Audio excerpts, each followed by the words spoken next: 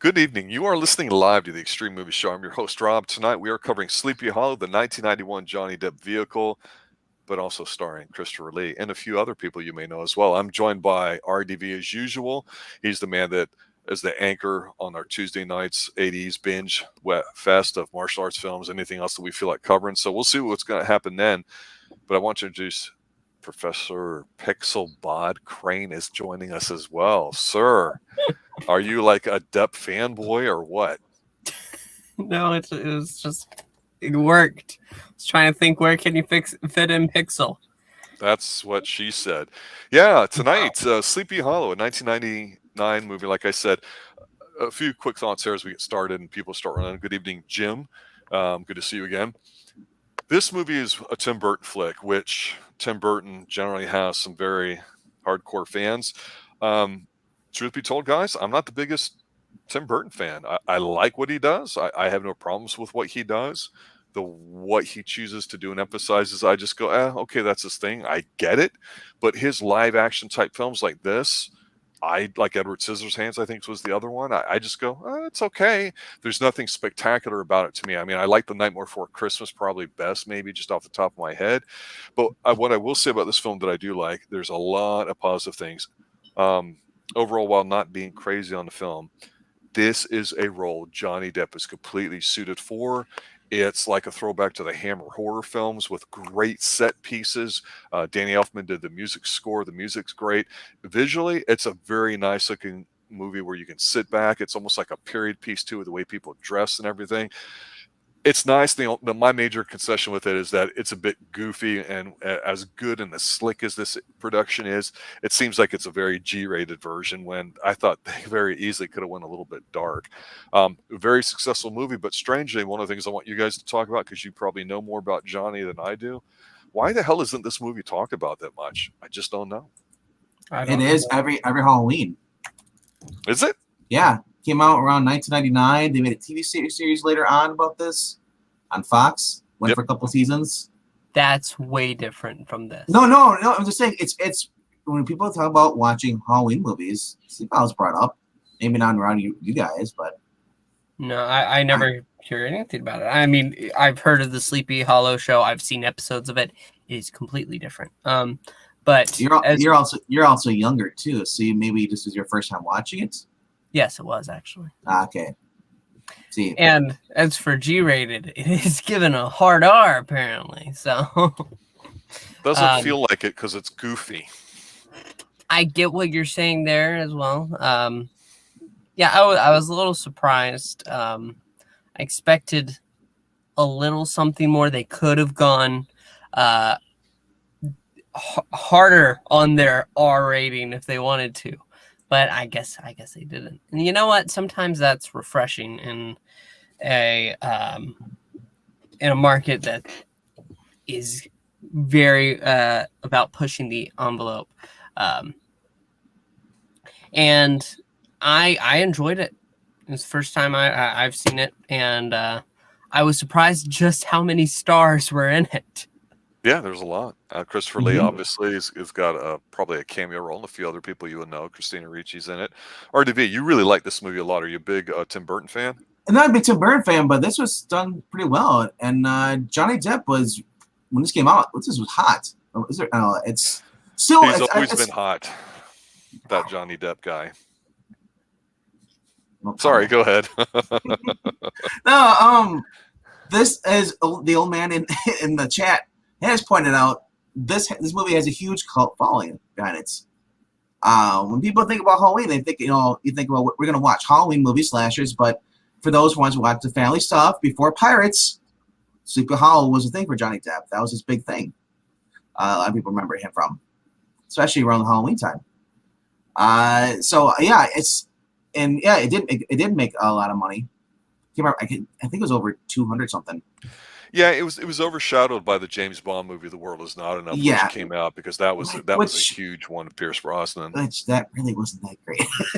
I don't know why. Disagree, but save that for later when we cover. Anyway, yeah, you had a lot of star power. There's even a Christina Ricci who was coming off doing the movie Casper, which Pixel probably never watched. No, I have before. It was a long time ago. But Yeah, like you said, this was a fun movie, and it's family friendly. You can watch it with your kids. You know, when you're younger watching this though, like if you're in like 10 or 11, this can come off a little bit creepy. But as you get older, like where we are, I'm 36 now. If I watch this for the first time, you're like, well, this wasn't as good. It's kind of a picture, kind of picking on it stuff. Back then, we do kind of glamorize over things, especially when we're younger. If we really love something, we love it. But when we get older, we get cynical. Yeah, I enjoy this one for what it is. It is a little slow at times, but I love the tale of the horseman. I love that. The scenery is done well in this. You said Danny Elfman. He's awesome composer. The music really helps fit the scene. I think it's in colonial times is when it takes place. It's like before the turn of the millennium, so late 1890s. So you get to see how. 1799. So I don't know how accurate it is to history as far as what they had and stuff. Sometimes the highlights add props in there. That was for a different time period. Anyway, yeah, I like this movie. It's an enjoyable movie. I can't see any reason to hate on it, unless you hate Johnny Depp. Off of what he's doing. Well, no, but see, Johnny Depp had been super hot in the 80s with 21 Jump Street, so he'd always been that good-looking, boyish kind of guy. And, of course, in the late 90s, you definitely had a slate of comic bookish type movies starting to hit the mainstream, which kind of, I always say it starts with Blade from 98. People will argue and all that, but that's a whole nother conversation. Mm-hmm. So it was interesting to see how people were going to like put their own spins on it. And so when you get a film, no matter what the property is going to be, in this case, the Headless Horseman coming, and we don't know why, and it's his own version of it, you're going to get you're just going to get a certain kind of film that's going to be exactly the same type of all his other films. And Johnny Depp worked really, really well in this kind of role. And Johnny, to me, what's weird about this movie, it was bookended by two films that I think are better, actually, as far as more enjoyable, or at least in terms of their tone. You had one called From Hell, which is a bit of a bomb that came out like a year or two later, where it has to do with Jack the Ripper and he's an investigator, is a bit more serious.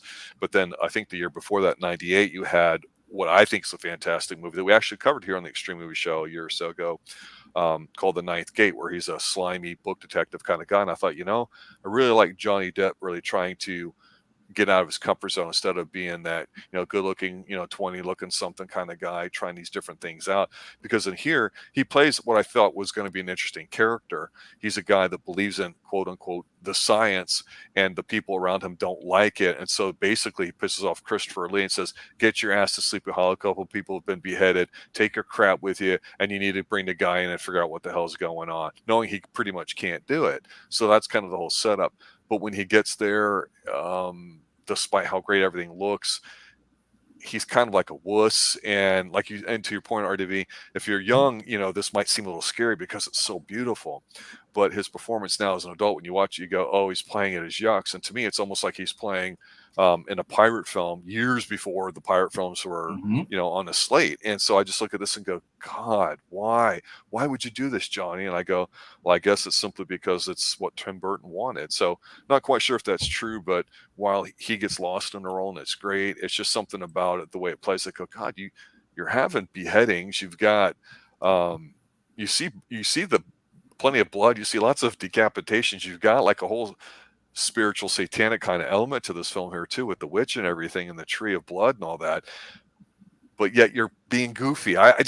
That's where even though I enjoy the film, it doesn't work for me because there's too much of that as a contrast. You know what I mean? I think it was because it was aimed towards adults. It was aimed towards a family thing. If they wanted to do that, it would end up being like another slasher movie, like Jason, all of the ones where you're like radar. So they wanted to make it not. That's why you get that Pirates kind of feeling too. Because the whole thing's about fantasy. It's not really much as horror, right? Yeah, that is Johnny. They wanted those are Tim Burton movies. Like look at Beetlejuice. That's what I'm saying. This is definitely a Tim Burton film. Yeah. It's not a Sleepy Hollow film. It's not a horror film or a Halloween type film. It's a Tim Burton film that just happens to use this, and I don't mind that because that's what he does, and he does it well. It's just that depending on where you fall in that spectrum, you may or may not like this movie because of that. It really falls into style. It's like I do not care for what's his name, Wes Anderson, the guy who does like the French Dispatch that's coming out, the Budapest Hotel. I do not care for his style of storytelling at all. But we are so on different sides of that particular fence. yeah, no, I don't care for it. But when it comes to Tim Burton, it's really just the style of his movies, and I do enjoy that. He's a goth kid that never actually got out of that particular habit, it seems. The one reason, or one of the reasons why Johnny Depp played this more comical is because that's the character of Ichabod Crane. When he's written, he's a bit of a mop. There's a word for it for at the time. A doorknob. But, well, the thing is, he wasn't Brom Bones. He's not the burly type. He's the more scholarly type. In this case, they made him a detective, so that's why he is the way he is. And of course, he was supposed to be played a little bit comical. Even if you go and watch the G-rated version and Ichabod and Mr. Toad from Disney, he's played comical, while Brom Bones is more serious and the characters around him are more serious. He's supposed to feel and look like an outsider to the town that he goes in, so he stands out more. And that's why they had Johnny Depp played a little bit more comical there. I do agree with Rob that it is kind of a blueprint for what came with Pirates, though. Yep. Now let me ask you, E. We have a little bit of different taste when it comes to movies. You are a huge Tim Burton fan, so as so as a Tim Burton fan, would you say this is that good of a movie, or is it just another Tim Burton flick? I think there's a lot to like about this film. But I think the look of it, it's exactly like if you said, what would a Tim Burton Sleepy Hollow movie look like? This is exactly how I and a whole bunch of Tim Burton fans would picture it. So to me, that was kind of a fail, if that makes any sense. It's nothing new out of the box. We've seen this trick. You can only show me the card that I picked once or twice before I start seeing behind the man behind the curtain, so to speak. In all honesty, I do like what came around it, though. I like the story to it. I thought if you're going to make an R-rated Headless Horseman film, this is a good way to do it, because a lot of people don't know it's R-rated. Some movies get by like that. Some movies just, even though there is some blood, it's not over the top. There's not so much that it puts people off of it. So I actually think it works out that way.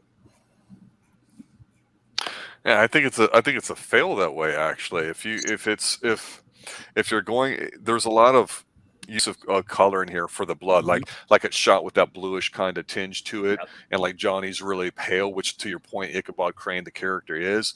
So when there's several scenes of him getting like bloodshot on his face or on his shirt or whatever, and it is like, we were mentioning here in chat about the old Hammer horror films, where they were known for really this incredible use of their color palette too. And I don't mean red for blood, but just visually, you look at it and it's like eye porn. It's so damn good looking. And here you got this really grayish kind of bluish thing where nothing really sticks out unless it's Christina wearing her little white outfit or something, and Johnny himself being basically a white sheet, literally.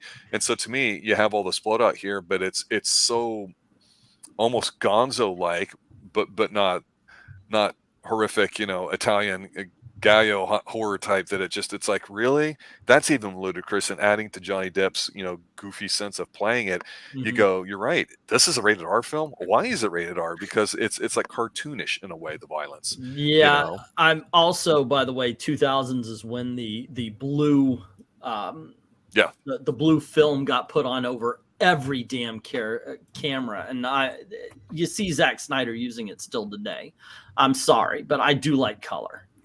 And you're right about that. There is it's always overcast in the town of Sleepy Hollow, if you noticed. It's always just about to rain, because it's always gray. There's no blue skies or anything.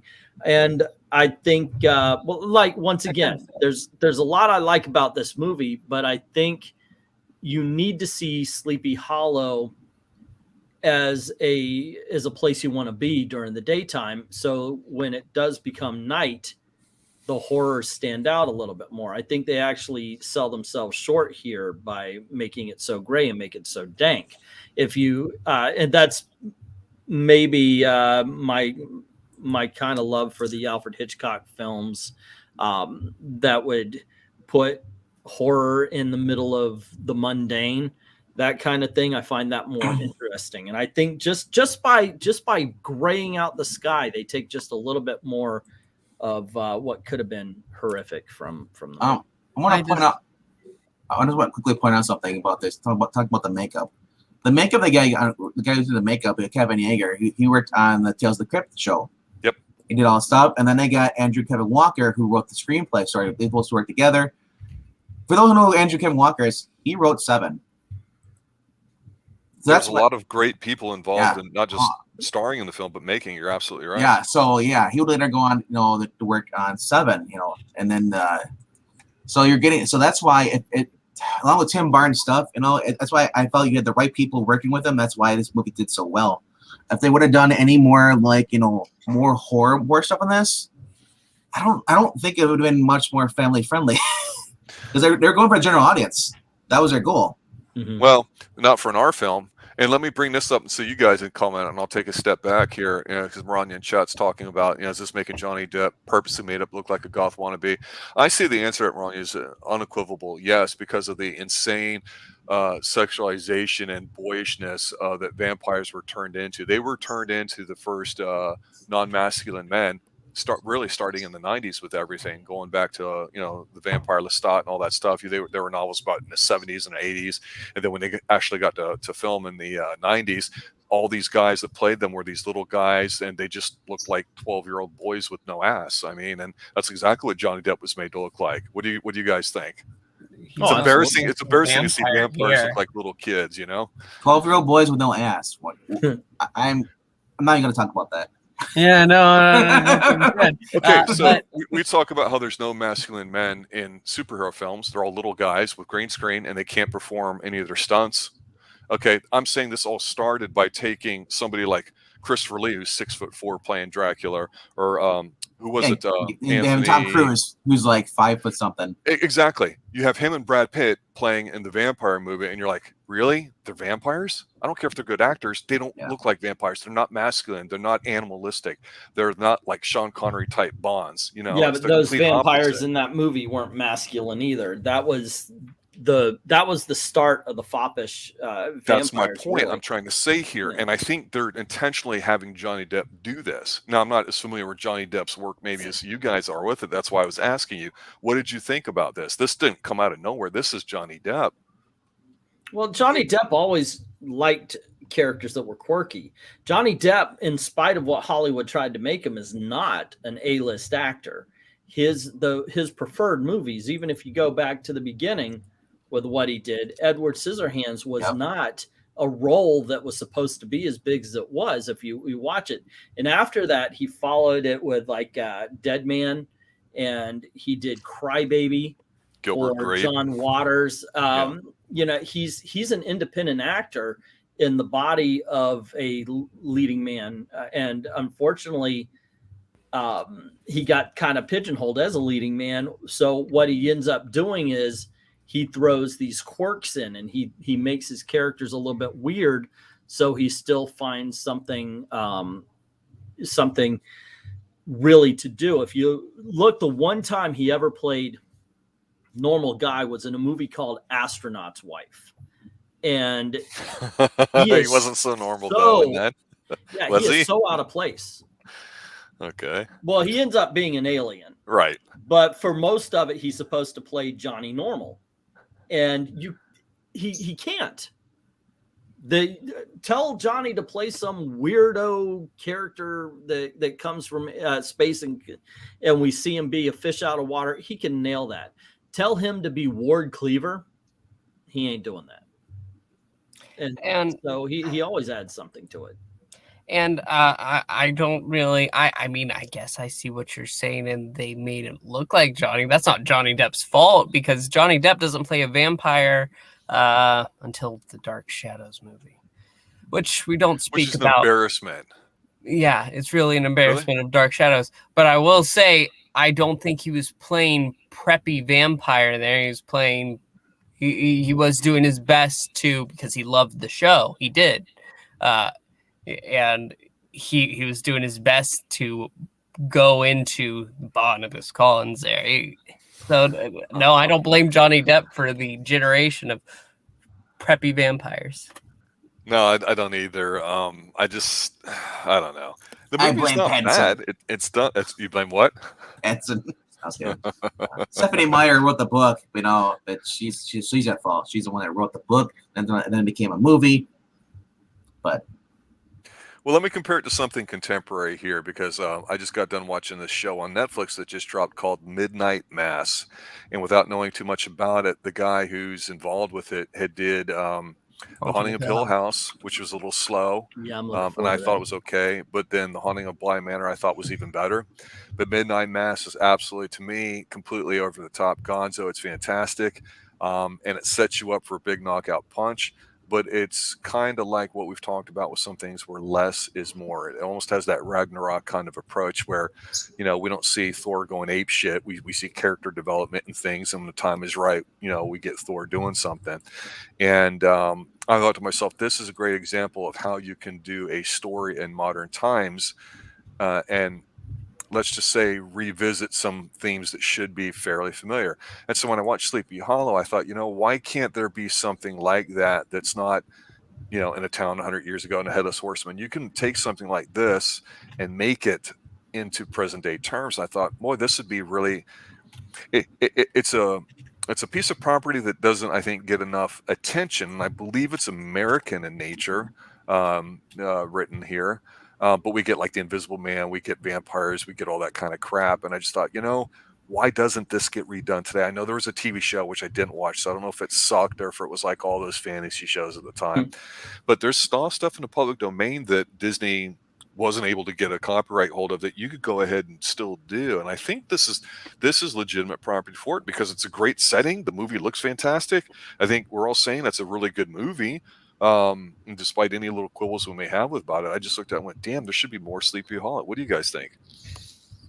I didn't mind what I saw of Sleepy Hollow. It reminded me of a Stephen King story where it's a normal, like I said, normal town, with all sorts of horrors in it. That's what I got. I only watched a few episodes of it. I didn't mind it, but absolutely, I do have a worry, because, and I say this on my other channel quite a bit.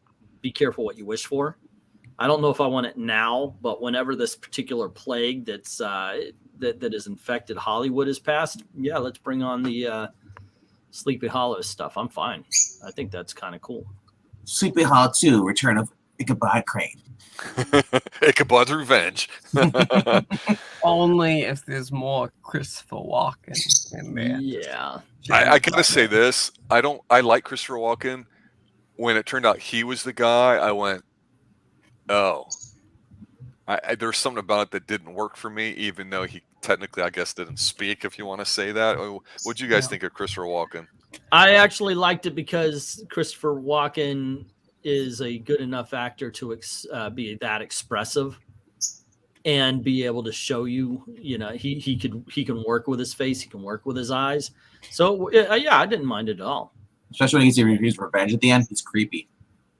But he wasn't scary looking. That's my problem. There was nothing scary. Well, that might have actually worked against the fact that they had Christopher Walken might have worked against him for some people like yourself, because as soon as it's a big reveal, if it was just scary guy number one, it might have worked. But unfortunately for you, it was Christopher Walken. So you're like, oh, okay, it's the familiar, because all along it's a Headless Horseman. It's not familiar to you. The big mystery that you're right, it could have been working against it, because not only does it reveal a human face, but it reveals a human face that at this time, let's face it, everybody and their brother does an impression of to make fun of them. So maybe for some, he didn't work as the big bad. Yeah, it's interesting because, like I say, I don't know what currently Johnny Depp's plan to do, and I know he's got his own outside issues that are working on getting resolved. He's still a man that commands, attention from Hollywood, I imagine. So I just hope that for his sake, he's able to still do some different, interesting, quirky things too. Because I think when he goes kind of quirky or whatever, RDV, there was a movie. Was it Donnie Brasco that we covered of his, or we're going to, or something that was fantastic. To me, it was one of his best performances. What did you think of that? That's the Johnny Depp I want to see. I never watched it. Okay, yeah, I Donnie think Brasco. that's the one where he's the mafia guy, right? Yeah, that's Al- he's, James, he's the FBI agent who goes to the mafia. Al Pacino, Johnny Depp, Michael Madsen, Bruno Kirby, James Russo. Love it. Yeah. All right, guys. Any final thoughts on the movie? Any observations, just in general, about Johnny Depp? Or I'll just say this: for me, it worked because I looked past the fact that it's Christopher Walken, because I've seen Christopher Walken in like The Rundown and all that stuff. So when I watched this when it originally came out back in 1999, it worked for me, and I was a little younger. And plus, I don't watch a lot of horror stuff, so I don't desensitize myself.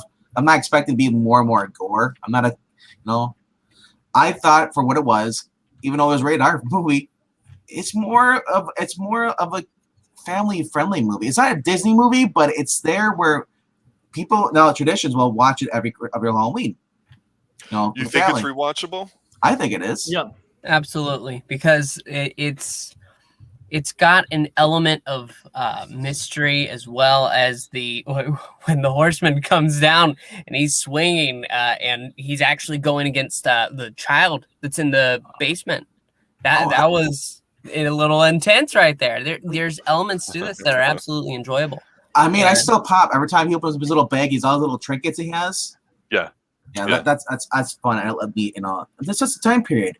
When it came out, where it was made. It's supposed to be made in the late 1800s. Yep. No, it is good looking. I agree with you, and I do think it's rewatchable. Like there's nothing offensive in here that turns you off. So, like I say, any little quibble I have, I don't want to make it sound like it's that big, because it's not. Yeah, Jim says I'm one of the ones that watches it every Halloween. I watched it last Halloween. It's a fun movie. That's an interesting topic. Movies you watch every Halloween, because there's a lot of great horror movies, but you go, I'm not going to watch that again. There's 31 days. You can watch 31 movies. You could. Any other thoughts, comments, guys? Think we're good. All right. Well, thanks, guys. Head. Go ahead. Sit off with his head. Oh. The Too Many-Headed Horseman. That's the horror movie I want to see. Well, the other thing that kind of like grossed me out is the tree when it was bleeding blood. Yep. That is kind of creepy. Oh yeah. It's in their tree. Sleepy Hollow was supposed and then, to be. And then him dragging the woman down the hill. Yeah. Yeah.